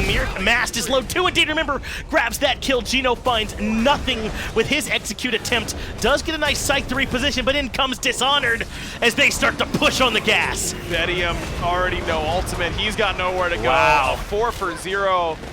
Just like that, Exillium. I mean, I was right there with you. I really felt like Armada had a shot to come back and win this game, and might not feel that way anymore. Baskin just got so focused in that fight. I mean, look at all the anti-heal they built. Divine Ruin and Toxic Blade and an upgraded Cursed Ankh. How's Baskin ever supposed to play? 10 more seconds left on Meerkat, or not Meerkat, but Mast. Meerkat won't be here for this. I don't think so. They don't have DayToRemeber. Okay, they're not going to make the attempt either way. And I think it would have been very, very risky had they gone for his DayToRemeber. Now that's the Jets right there for Meerkat. Yeah, I have no words for you on that one. Relics up for Day, by the way. I don't know. I do kind of think Aegis in the 1v1 there is a bit of a trap, but sure. I mean, if you're getting knocked up, probably not. Yes, then you need to use it. But that's the Jets. Meerkat turned them on, and all of a sudden, Armada's right back in it mentally. You got to win that one. Yeah, you got to. The 0-6 Jingwei mid. 2.5 levels down. Yeah, you got to win that. Agreed. But the rest of Exillium do the right thing. Again, remember, that's the fight around the Fury that goes their way. That is the mid-Phoenix that they're able to grab, and that does reestablish a legitimate 5K gold lead here for Exillium. But I think the cracks are starting to show that if you're not crisp, even with a big lead like this, Armada will punish you. Mid-Phoenix is down, but they've got pretty good wave-clearing gods in the form of this Kukulkan. Can you speak a little bit more to what we're saying when we're talking about cleaning this up? I mean, I'm talking about bad fights here in the jungle. I'm talking about properly controlling these objectives when you pull them. Those are the kind of things that I think have to make sure that those are clean when you're this far ahead. Yeah, I mean, when you have a lead like this, you have to force Armada around the map where you want them. And if they show up somewhere where you don't want them, you punish them for it. What I mean by that is you as soon as you see someone in the mid lane, that's where you want them, we take that fight. We know we've got a 5-on-4. If they all 5 are here, we play it patient, we play it slow, we wait it out until our fire minions do the work for us. Dishonored handles the initial 2v1 quite well, and now the squad is here, but Armada's target selection very strong. They go right for DayToRemeber and remove him from the fight. I know he's not dead, but it's difficult for him to contribute meaningfully at this low HP total. Dishonored still in the ult and is heading towards the back of the fight, but that's where all of Armada are, and they're going to collapse. Not enough damage to kill him yet, but that Spirit of the Nine Winds does, but Osath right on the money with that ultimate as Mask and Bayroneri rocky each other and knock each other out at the same time. But this is what we mean about these clean fights. Armada, if they take a fight with you right now, are not trying to burn down Dishonored at the front of the fight. Their gap is the weakest if they focus all of their damage onto some of your damage dealers, onto DayToRemeber, onto Bayroneri. So that's the kind of thing you have to make sure you're taking off the table for. Meerkat in trouble. Aegis and beads expended. DayToRemeber gets his revenge this time around. Whereas the rest of Armada backed it up, Meerkat goes in, face checks Fire Giant, and immediately got punished for it. Well, he gave DayToRemeber the hands a minute ago. I'm not mad at him for feeling himself. As Geno takes to the sky. No strong execute target for him here, so it's more about the stun. Gets the beads out from DayToRemeber just off the sound cue, and Exillium on the full retreat. Vetium or someone has got to get back. It's going to be Baskin trying to defend the Titan, but no real concern as Mask had just respawned as well. But, I mean, Exillium hasn't been able to win fights cleanly despite having a big golden experience advantage, and that's still a concern. I think it's the positioning of these carries. It's either that or that the front line is going too far trying to chase kills they can't get. But they will grab this Fire Giant Exilium zone perfectly here. Geno and Vetium can't make their way in at all. And this is when they can start adding even more cushion onto their lead. Got to get more here. I mean, we're talking both towers in the side lanes. Got to get both in solo. They will get these two. I'm a fan of putting pressure on this right side Phoenix while we have fire minions in mid. It's just a matter of how much golden hand we have. Are we kind of wasting power spikes? But they have a bunch of golden hand, but they've finished all their items. They don't have anything in progress, so they wouldn't have enough to finish anything anyways. Maybe, I mean, DayToRemeber would, he could sell his blessing, but otherwise, I think I'm a fan of sticking around here and putting pressure. Kyrmi takes the initial tower shots, a couple minions here to remove those backdoor protections. But this is where Kukulkan feels really good, is when you're defending on these structures, and Vetium's not that far behind as he should be, so he's got all that relevant clear. Almost enough for the Obsidian Shard for Vetium. I like that he sells his blessing to get to Obsidian Shard 2. Right. Really felt like he was doing no damage to Dishonored with that tornado, 80-something a tick. That's not enough. And realized it pretty quickly. Look at what's going on here with Armada. They're going to try and group up and deathball their way into one, maybe two members of Exilium, but I don't know that these are the... Okay, now everyone's here. I like this a lot more. Oh, He's on Kyrmi. speed. He could be the target. Baskin, Blink, Driving Strike, Mass follows up right into a perfectly placed ultimate from Vetium, and Kyrmi flattened. That's the kind of pick that Armada needed. Now a question of can they do much more on the back end of that? I doubt it. It really just slows Exilium down. Don't need to do anything more than this. You cut the gas for Exilium. They'll get Gold Fury. Sure, better than us losing a Phoenix. 38 seconds or so neutered on this Fire Giant. That's a great play. You said they didn't need to do more, but they'll do a little bit more by getting Dishonored's ultimate here on the right-hand side. Right amount of commitment to force Dishonored to use that and then retreat. Exilium again and again, it feels like the strings, the threads are being pulled by Armada, trying to claw their way back into this. Been close, and now might be able to get a tier 2 tower in mid. I mean, they've got a wave here. Looks like Exilium isn't super close to defend. Bayroneri manages to narrowly avoid getting pulled back in. Dishonored doesn't have the ultimate either, so he doesn't have that escape clause to be the real front line that Jormungandrs like to be. But they defend the tier 2 tower either way. Armada can't quite burn it down in time. Meerkat doesn't have quite enough, really no pen that affects the actual tower, so they gotta do it the hard way. Big wave grouping up on the right-hand side. That should pull someone from Armada over.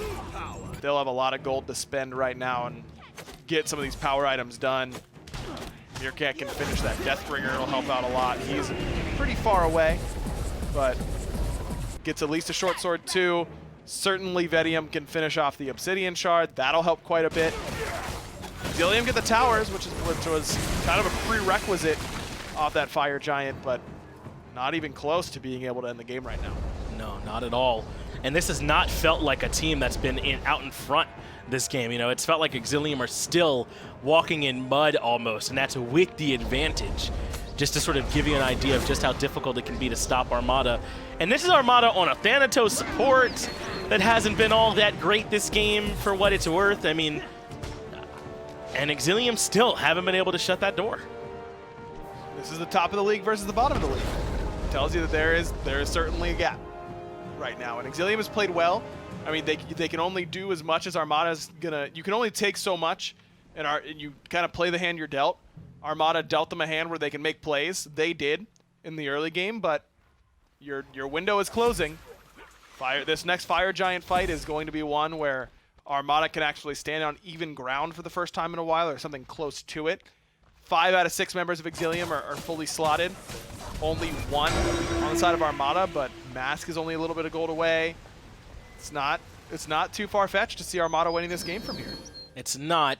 And I wonder if not having enough instant peel is kind of hurting Exilium. I mean, aside from Abduct, there's not a ton of abilities on their side that instantly stops you from hammering Bayroneri or DayToRemeber.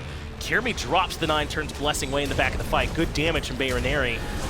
As in comes Dishonored to join to the fight as well. Geno forced to take to the skies with that ult to try and disengage. And Exilium are going to keep up the chase. Armada might have used too much and Exilium smelled blood in the water. Baskin gets a mantle stun off, but with that extra bit of anti-heal with the Curse Dong, just in case, makes it pretty easy for Exilium to get that one. Good warding from Exilium, understanding how they got picked last time. Let's defend again it this time around. And some extra wards in the jungle and weird spots help them catch Armada.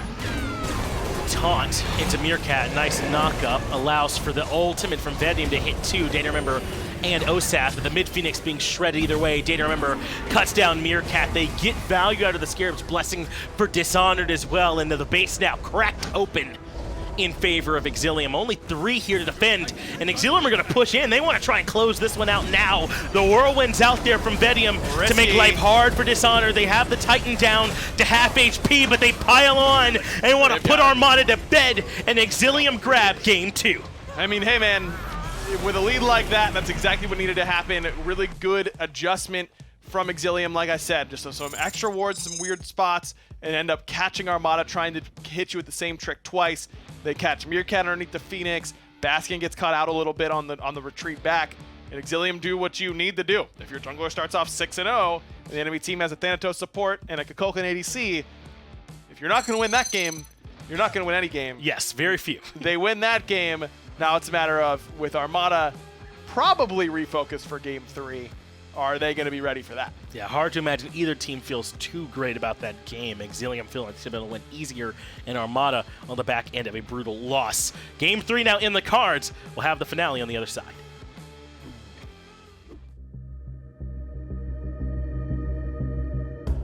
Skillshot, the official production partner of the SMITE Minor League.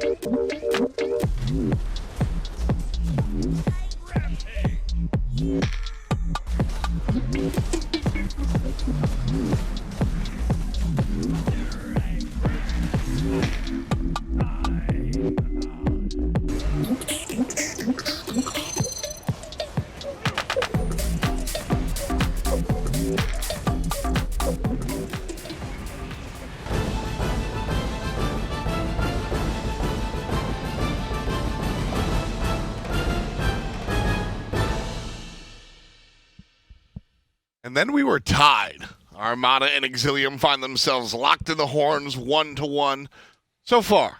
And we're going to bring you the rubber match. Tom and Toli here breaking it down for you. And in game number 2, this was really just all Exilium. We saw some interesting plays on the left side in the beginning from a support Thanatos. That's what Thanatos does. He's an early game character no matter where you play him. But I think the big numbers came from Exilium. It definitely did. The middle Bayroneri on the Merlin, and then also Cernunnos for DayToRemeber, I think just benefited from the aggression out of Armada. That draft out of the order side was kill or be killed. Kyrmi also showing up here on the jungle, Erlang, Shen, something that I've always really enjoyed watching. But yeah, the Merlin doing a ton of damage. Vetium, the only one above 20,000 for Armada. Meanwhile, you look at what Exilium's able to do. 2 separate players there, Day and Dishonored, both bringing about 16,000 to 17,000 player damage themselves. So some good stuff there coming out from Exilium for sure. Oddball picks from Armada. Before we jump into game number 3, what's your take on how that one kind of went down? I think it was an important idea of taking the Khepri away, the same way Armada was able to play it for Geno in game 1, Osath in game number 2, making a lot of work there, setting up Bayroneri for a lot of kills, punishing the Thanatos that doesn't really have the way to get out once he does get abducted, was a risky idea from Armada with a 1-game lead. We understand why they did it. I don't necessarily agree with why they did it, but now that it is tied in this elimination game, I don't expect Armada to follow the same identity and style in game 2. P's and B's for game number 3, please. And Armada will be on the left side. First selection, first ban, of course. So yeah, if I'm Armada, I understand why we saw the Thanatos support, right? We've seen some different assassins and warriors in the support role. The idea of building Thanatos, full cooldown reduction, just looking for executes all the time, not really all that bad. It kind of makes sense. Plus, the Soul Reap works really well against Khepri. He gets abducted, you find a teammate abducted, you can cut the Khepri charge. I get it. Just didn't work out. Armada probably going to play something a little bit more traditional this time around. Ban phase. No set, no Erlang. Shen says Armada, and Exillium looking towards the Thor. I wouldn't be surprised if Armada first picked the Khepri as a result of seeing how game number 1 and game number 2 panned out. That defensive support, very important towards getting your mid laner ahead. Meerkat on the Anubis in game number 1, Bayroneri on the Merlin in game number 2. Bayroneri won't be able to have that opportunity. Neither will Kyrmi here, as both of their characters from Game 2 banned out. The Horus will be banned by Exillium next to the Isis and the Thor. First selection, we've got a choice of maybe using Cobb, maybe the Anhur that we saw earlier. Beware the It's a good look. It is a really good look there, but this time I want to see it being played in the hands of Meerkat in the mid lane instead of Vetium, to be able to control more space, have some kind of setup, allow Mass to remain being aggressive, and get that Desert Fury to follow up. Oleron not banned in game 1 and 2, so Exilium getting a top pick here for themselves in game number 3.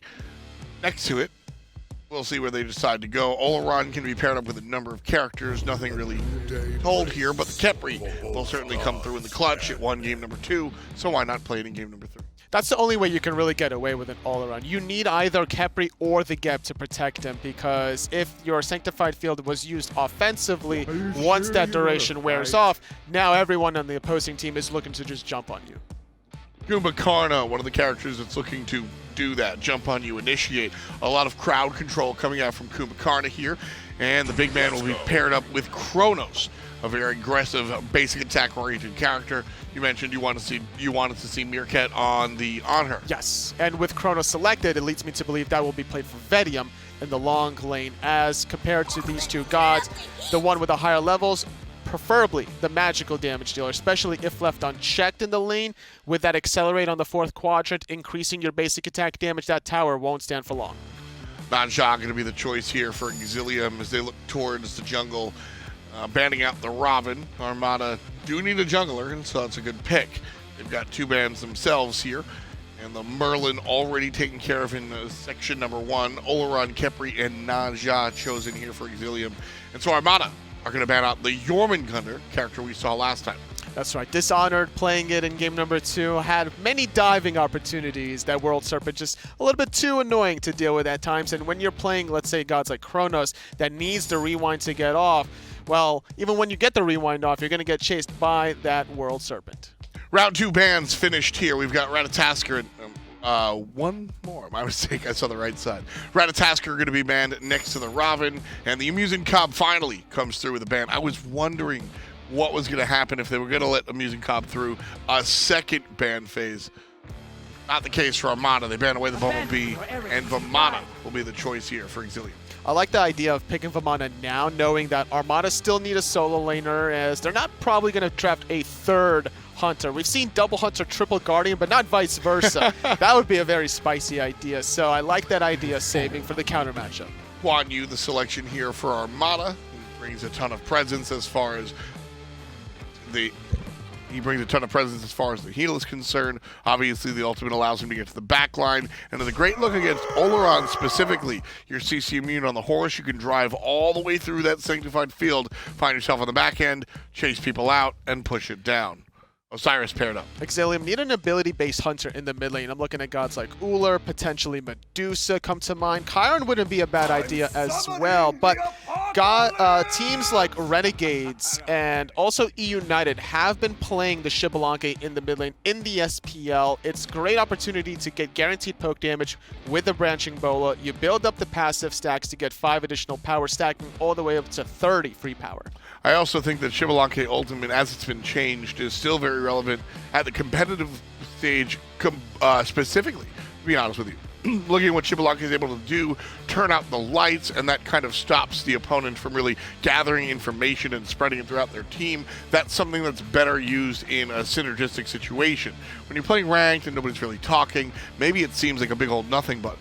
But when you're playing competitively and everybody's expected to speak to each other and expected to relay information at a moment's notice, turning off those lights can be a big deal. And so that Chibalaka ult remains to be one of the best in the game. Even though it doesn't stun, you're looking at gods that can follow up from that communication that goes down. Like, okay, where's the nausea? I have to be worried about the blink windfire wheels.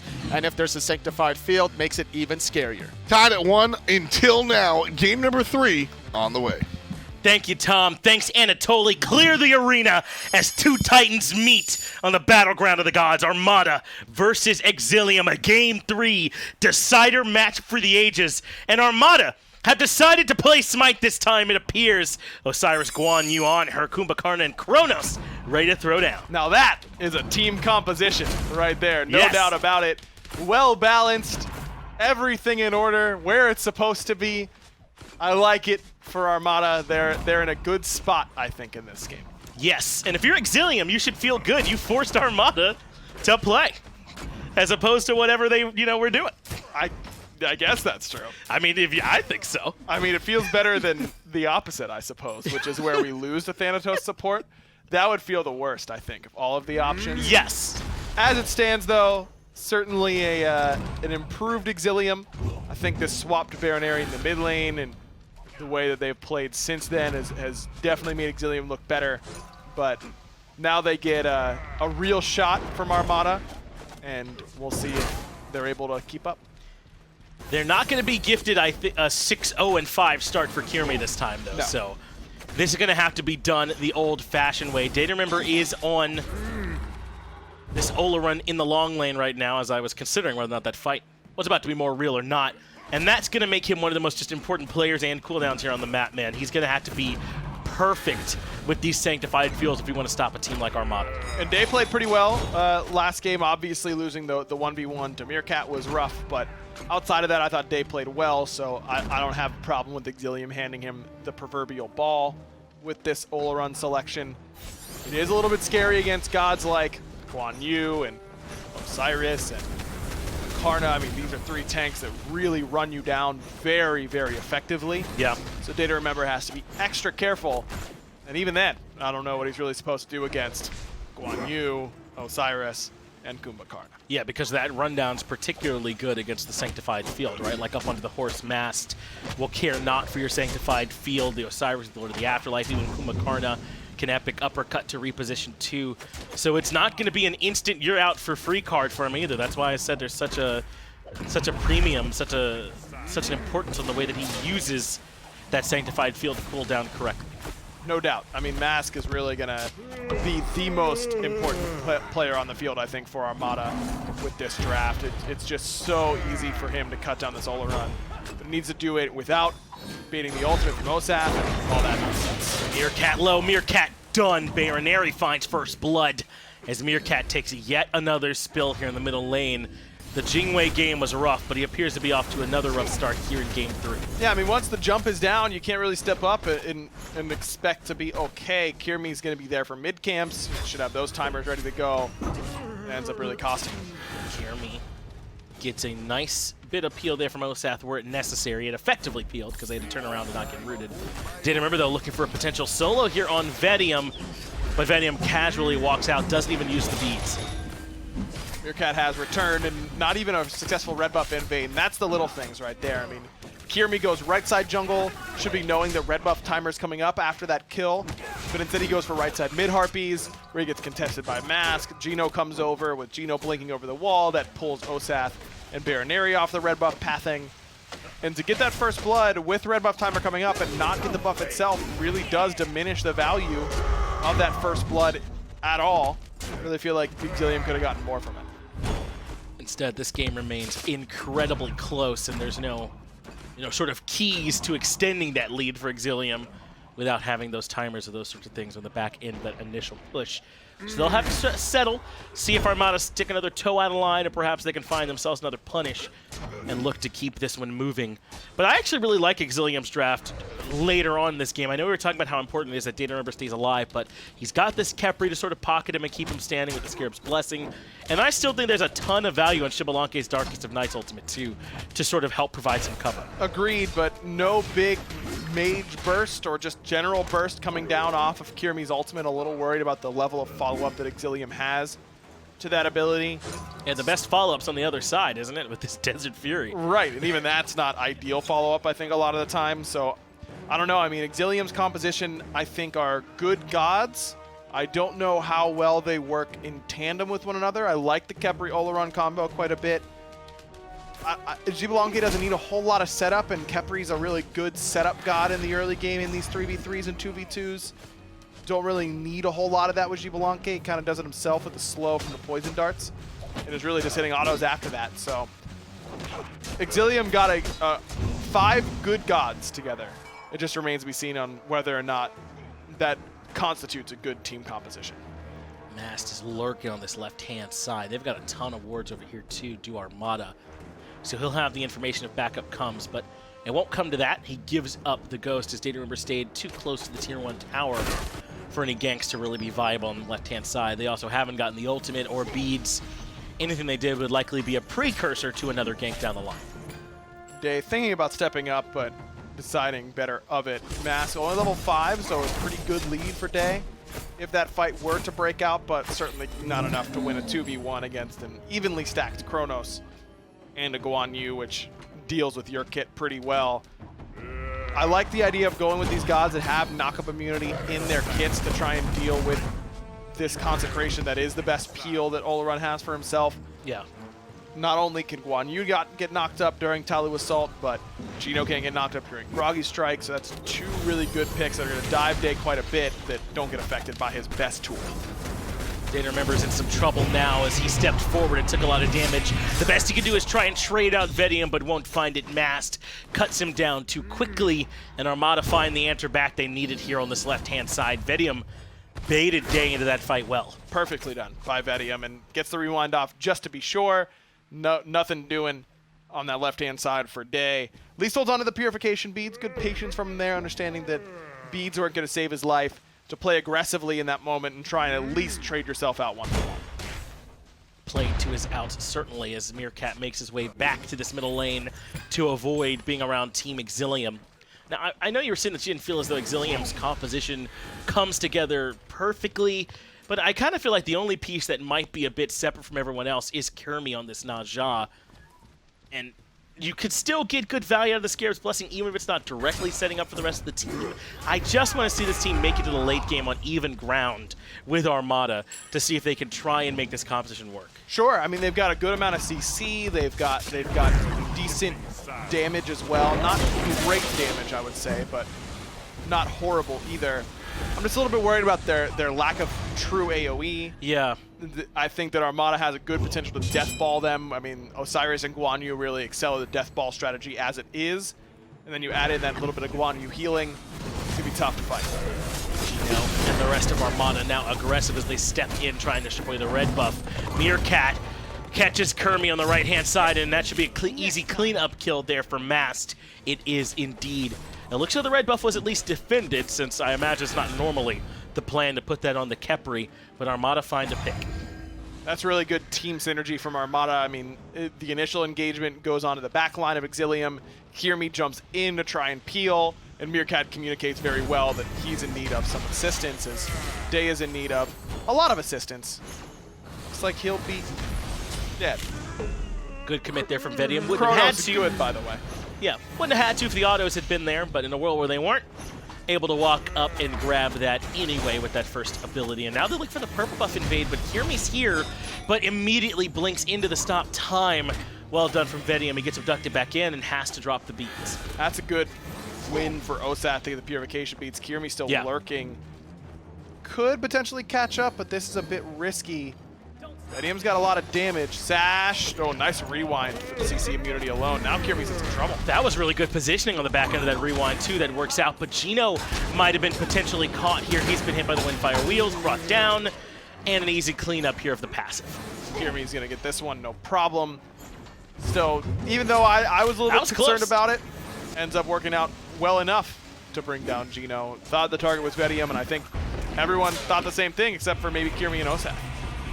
Good coordination from them as Bayroneri uses that ultimate well to isolate Meerkat. He didn't really have an idea of where the danger would have been coming from. Positions back towards the enemy red buff and gets cut down. Good rotation from Day, but overall just probably a bit over-aggressive there from Meerkat to be that far forward in the enemy jungle. Kyrmi correctly recognizing that without mana, Vetium would struggle to trade here with just the basics and cooldown boots at this point. Ends up working in his favor, but he is going to pay for it on the back end. He gets a little bit of a heal, but Geno should be able to get this one by himself. No, he misses the last auto, and now DayToRemeber is here to body block and slow him down. Mass rotates across the top, so Kyrmi will die. Still, Mass, get in there and do it. There it is. Oh my goodness. He's out of there. Oh my Easy goodness. for the boys. A little worried that Osath wasn't going to be able to pull the trigger in time, but he closed the gap. And that one a bit unfortunate for the Armada fellas. I mean, that's just unlucky. Yeah. Yeah. Real unlucky. 3-3 now in this game. As things are essentially tied up, a little bit over 1,000 gold in favor of Armada, but not really worth writing home about. Now that experience difference, on the other hand, is a bit of a problem if you're Exillium. 2,800, and it's mostly in the jungle. Maybe Geno. Ooh, good attempt by Kyrmi, but quick reaction by Meerkat. Doesn't get rewarded for it, but that's okay. You know the options there.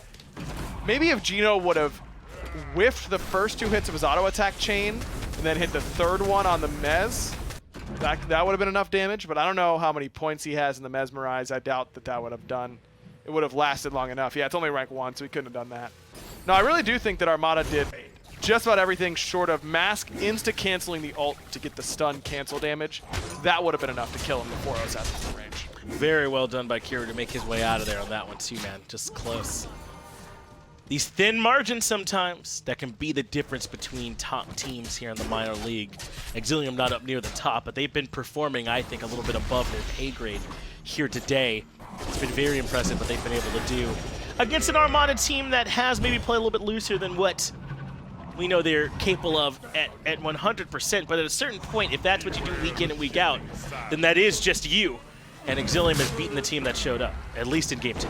Geno, nice blink, double Mez, gets the beads. Kyrmi, no ultimate, so Matt's going to try and play aggressive, but a great sash keeps him alive. Meerkat able to reposition one target up in the air, but has the Scarab's Blessing on him, and now Geno a bit isolated. This has forced Baskin to step forward to try and find at least something in trade, and it is Kyrmi, 1-for-1 support for jungle, but Bayroneri finds the mid lane. Meerkat on her goes down as well, but Armada still feel a bit confident about taking this fight. Vetium has now showed up here on the Chronos to force out Exillium. Baskin just level 14. I mean, a lot like Game 1, right, where Armada is kind of back and forth. We don't know if they're going to end up being in a good spot.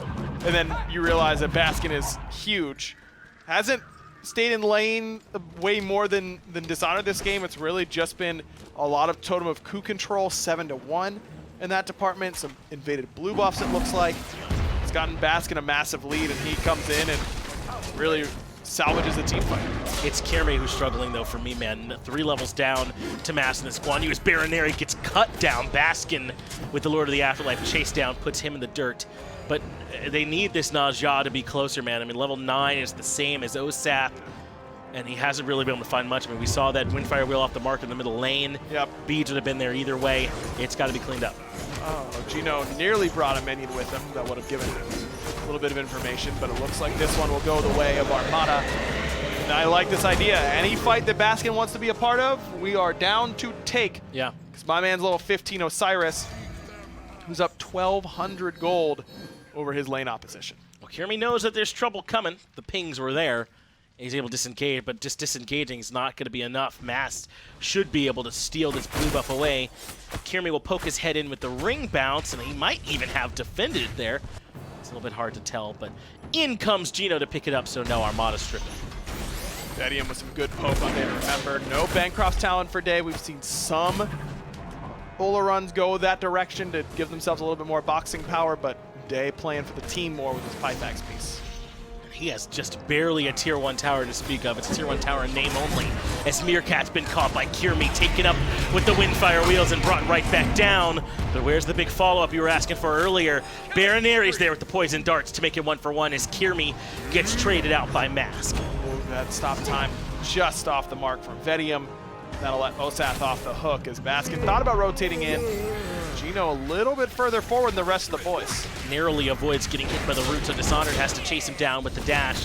Bayroneri's already used the Rising Jaguar, but this has claimed the life of Geno at the very least. And Exillium, considering a counter collapse, Baskin's still way on the back end of this fight, but they can't lock anyone down. Yeah, I mean, that's not the first time I've said that sentence about Geno, and it certainly won't be the last, but that one certainly hurts to go that far forward when the rest of Armada clearly made the call to disengage. Don't know if that's Geno not listening to the call or no one making that call to let Geno know that they are backing up, but certainly a breakdown in communication somewhere on the Armada side. I'm going to give Kyrmi a hard time for being behind. It is the same for Geno, 2 levels down to Osath, as Pyromancer should go down to Exilium. No one is around to contest this one. A nice spot of that timing window. And they're approaching a pretty relevant point to compare these supports experience. Level 12 for Osath, once he gets there, would mean a relic. This could slow that timing down, though, if he ends up in trouble here. That pillar is perfect. Osath has nowhere to go. Bayroneri now gets stunned, and Geno there with that epic uppercut. Damage, not quite enough. Good sound. Really good impale, though, from Meerkat. Nearly saved Geno's life. Kyrmi Not quite there. able to use the ultimate to reposition their DayToRemeber. Ambitious with that ultimate. No one was really in range for that one to line up much, so Meerkat and Mask should be out of there. But just as I was saying, Osath might find a good level 12 timing. He takes a death that will slow him down approaching it. But Geno takes one right afterwards, so That's true. so doesn't really hurt it too much. Should say about the same Relative to one another. relative to one another. As long as no global objectives go down, and DayToRemeber gonna not save his tier 1 tower, and that does actually ding Geno up to level 10. Well, there you go. Just what we were saying, hope there's no just random extra global gold out of nowhere. They get a little bit, and it puts Geno over that cap towards the level 10 mark. They both went this relic dagger. Osath trying to get more of these shells off, but Geno has been aggressively initiating all game long. Doesn't plan to slow down. Extra blinks for him. No, gotta be getting in there on the Kukulkan, and I Get involved. do not disagree with that, but maybe after you're 0-4, it's time to bring it back a little bit. Overall, not too big of a problem. I mean, Kumba's going to be a little bit behind regardless, and Geno has made good plays despite the scoreline so far. Baskin again trying to rotate behind the team as it's dare Exillium to look for a collapse. The tier 1 tower in mid being siege, but Meerkat's down low. So is Kyrmi, for what it's worth on the level 12 Naja. Armada won't be able to get the tier 1 or any picks, but they got Kyrmi's beads. They've got the sustain as well. Dishonored pokes his head forward, eats a little bit of poke for it. And with this Guan Yu for Mask, these conviction heals will stay relevant at this point. Might be enough to get them this tier 1. Sanctified Field, though, for DayToRemeber is still in the cards, so Armada can't commit too hard. They'd be stuck inside it. They use the ultimate from Bayroneri, the Darkest of Nights, to force yet another disengage. Armada try and brute force this tier 1 and have been denied at the hoop twice. That's just rim defending right there from Exillium for sure. But Armada, they've got the... Who's 6'4"? I think it's Armada just based on their record. Right. But it remains to be seen who has the silky fadeaway jumper, the 15-footer, so to speak. My bet's on Baskin. That dude looks like he's got a nasty shot. He tells me he does. Does he? Has he said that? He has, yeah, no doubt. I don't know about the 15-foot fadeaway being silky, but Yeah, he claims to have a pretty good shot. sure. Remains to be seen. This is what I asked for, though, from Exillium. The solo jungle is still a bit rough, that there's a 3 and 2 level disparity there, respectively, but they're going to come into this, you know, sort of mid-gamey, the laning phase is broken down, this team fighting stage of the game, relatively even, and with an honest-to-goodness shot. But I don't want to let this Oni Fury go for free. Kyrmi and DayToRemeber should know this is happening. Geno steps up, and they have to leash the objective for now. Here comes Mask. He's got that extra bit of sustain that he can help out the boys with, and that conviction heal should be pretty good. So he's going to clear out a ward as Exilium step forward. They've got 4 members here. DayToRemeber making his way there. Baskin shouldn't be sneaking up on anyone. He had to pass that minion wave to get here, but how can Exillium find their way into the actual Oni Fury pit? Doesn't matter if it's a secret, Baskin's still in the way and a problem. Oni below half HP at this point, so Dishonored move in. Armada grab the objective, and Osath grabs Geno to pull him back. Sanctified Field at the tail end catches 2, so not quite what you're looking for there. Baskin gonna blink in right on top of the Shivalanke, follows him through the Rising Jaguar. And Bayroneri could certainly be a sitting duck. Baskin just gonna sit on him at this point. Lord of the Afterlife as well. Meerkat finds Kyrmi on the Naja. Bayroneri finally low. They have to drop the shell just to keep him alive, and even then I don't know if it's enough. That obelisk might have done more harm than good getting Bayroneri out. Osath slowed, no more abduct for him. Baskin gonna keep him that way until he finds his 3rd in a row. And Exillium just kind of get caught with that feeling of, well, we gotta do something. They just got Gold Fury right in front of us, and that something was not the right thing. Dishonored goes up to the Colossal Fury, but Armada are done with the fight once that ultimate comes out. They got 2 picks and a Fury, and they can start heading over towards the FG pit. Pyromancer responds. That feels more like a safe call, but they'll take the full 5-man back in unison instead. And Exillium should have seen that Fire? and can start to make a play. I don't Pyro think they have at least, enough right? damage. Yeah, Pyro is so much safer. I don't know, if you're just betting that everyone backed right there, you think maybe we can do it, but does anyone have Baskin's teleport timer? No. Okay, then we just need to pull Pyromancer. It's certainly on the mind, but it's the better call to go for Pyromancer for sure. I think so too. Of course, we're aided by the full information. This zoomed out view. Exillium, with the fracture information they had, made the best call they could to grab Pyromancer and get back out. But DayToRemeber, this is such an unfortunate situation. He does drop the Sanctified Field, but he has to use Aegis as well, and Mask from the horse claims the scalp. Dishonored now in some trouble as well. This Tier 1 tower doing very little to deter the aggression from Armada, so they just claim it and force out the Colossal Fury. As I said, man, I mean, how does Zolaran play the game against Guan Yu Osiris? You don't.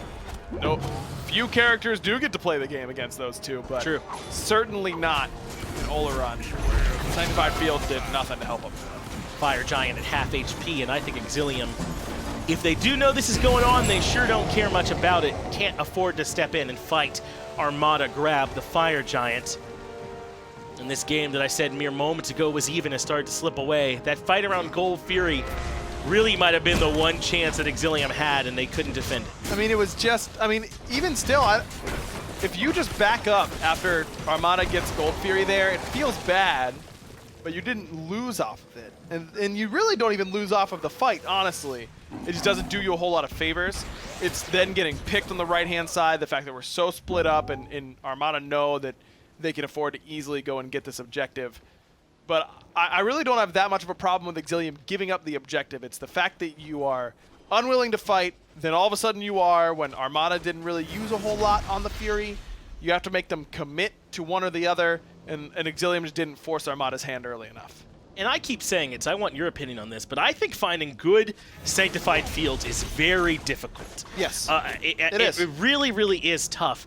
And so if you're going to be picking this Olaran, I think that they have to be nearly perfect for you to get the max value out of it. And honestly, I don't think they have been from DayToRemeber. No, I mean, that you're top 2ing this Olaran pick, and he's done less damage than Geno's Kumbhakarna. That's just not good enough. You need more than that. And Olaran's a late-game character, definitely not a laner, but should be doing more than this. Mast has great positioning on the back of the fight as Geno finds a 2-man Mez. Epic uppercut comes out as well to remove Kyrmi from the fight. Sanctified Field should slow down the push from Armada in this spot, but Mask and Baskin can just come right in, and they want to go for this Olaran way in the back line. DayToRemeber has been locked down, does get a nice Skirip's Blessing to keep him standing, but Armada got the Tier 2 tower they wanted and left, and in all honesty can keep on pushing.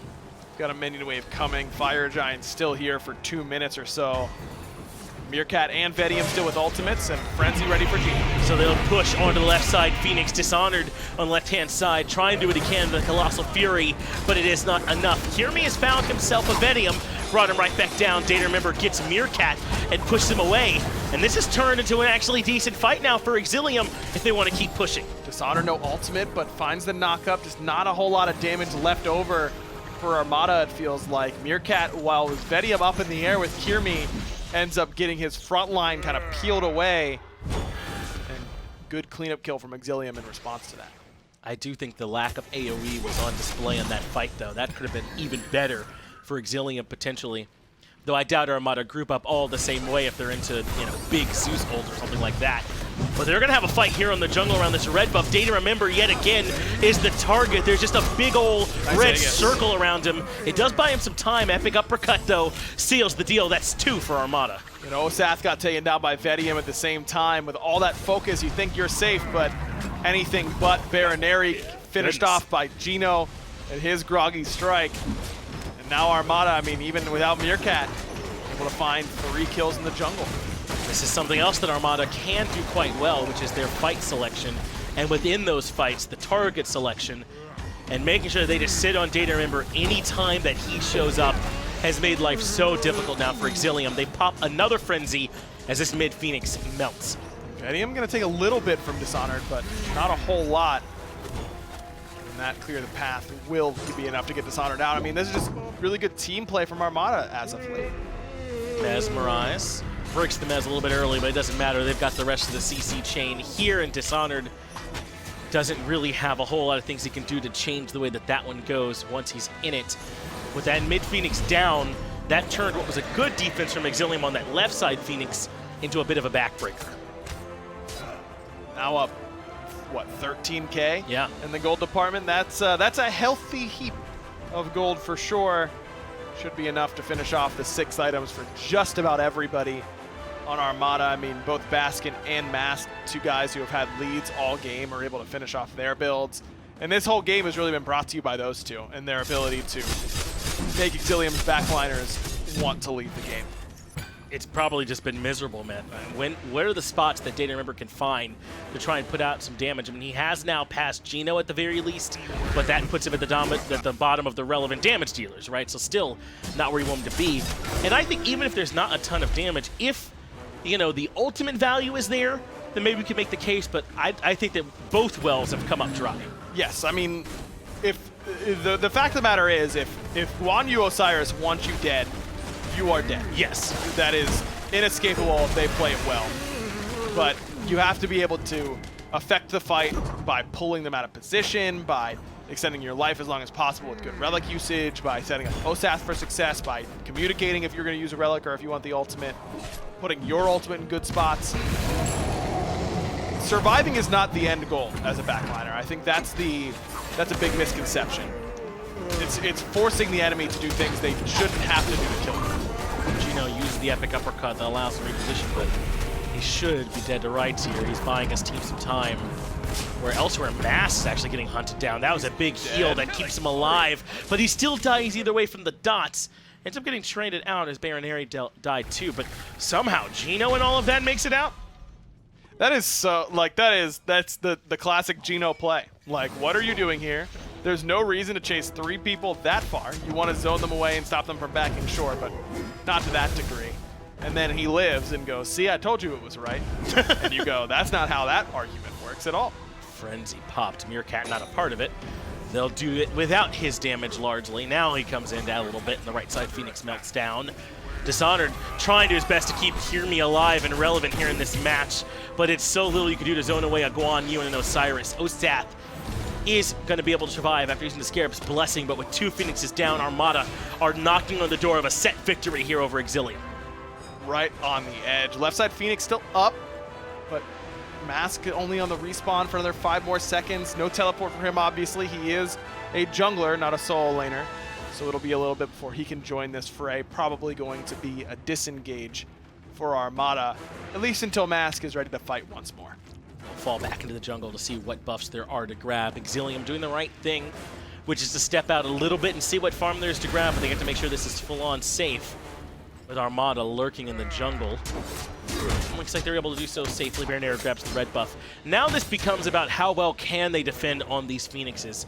Around the Xbalanque ult, around this Ola run in the Sanctified Field. Armada, though, haven't cared much about it all game long. I don't know why it would change now. No, but it is becoming we are losing 1 full team fight away from maybe losing the game. I mean, Exillium have a path to a Phoenix. Left side has no more towers. So if they were to 5-for-0 Armada somehow on this left side Phoenix or mid Phoenix defense, I think there's a chance they could walk down and end the game, but that will be in the back of Armada's mind, but not a major factor for them. I mean, only 28 minutes. If it's, 39, 49 minutes into the game, then that's a real fear. But as for right now, you can play pretty loose and still not get super punished for it. Left side, Phoenix will be the call. Baskin will stick with the weakened one here in mid with a full wave he's bringing in tow. Dishonored and Kyrmi have to come over to stop this push, and they haven't even deterred him that much. That means that the rest of Armada can move up to left side Phoenix basically for free. It's gone down already. Now they can use the Frenzy for the fight. Kyrmi falls to Vetium early on. Sanctified Field does slow down the push from Armada a bit, but the rest of the squad can just regroup and look for another one. It's Bayroneri who loses his life. Osath quickly joins him, and with only 2 members to defend, Armada should be able to take the game. Titan at half HP. And there's no way out for DayToRemeber or for Dishonored. That's the whole set in favor of Armada. Took them an extra game than I would have expected for sure against Exillium, but they got there, and that is the power of having Baskin and Mask on your squad. Yep. That game was really close until Baskin started joining team fights, and from that point on, it was basically over. That's why we see Osiris so heavily prioritized by a lot of pro teams. He just brings that level of team fight presence. He's unpeelable, does so much damage, can take so much damage, and it's just really hard to fight around in that mid game where it becomes so important that these solo laners have big leads. I do want to give my man Vetium some credit on this one too, because there were some times right after MSI where I think not having Snoopy was pretty apparent for Armada. No doubt. And I think Vetium has closed that gap a good bit. He's really gotten comfortable playing with this Armada roster. He's making the kind of solo plays we expect from him over there all the time too. Maybe a little bit of too much diving on that Ho Yi game, but for the most part, I think you take that with the overwhelming good you get from having Vetium. No doubt. I agree. He looked really, really good in game 1. Played a god that he shouldn't be playing in game 2, and then in game 3 looked very, very good on a god he's comfortable with. So that is a good sign overall for Armada, despite taking a loss they probably didn't want to. And that really does affect their standing. Yes. Because it's them, Sanguine, and Hype Unit up top, and that plus-minus very well could come into play. I think you're 100% right to point that one out. So we'll see if it does come back to bite Armada. Exilium, on the other hand, can feel good, I think, about at least getting close here with a pretty tough team. Yep. We still do have one more set to go here in the minor league. We'll be right back on the other side of this break.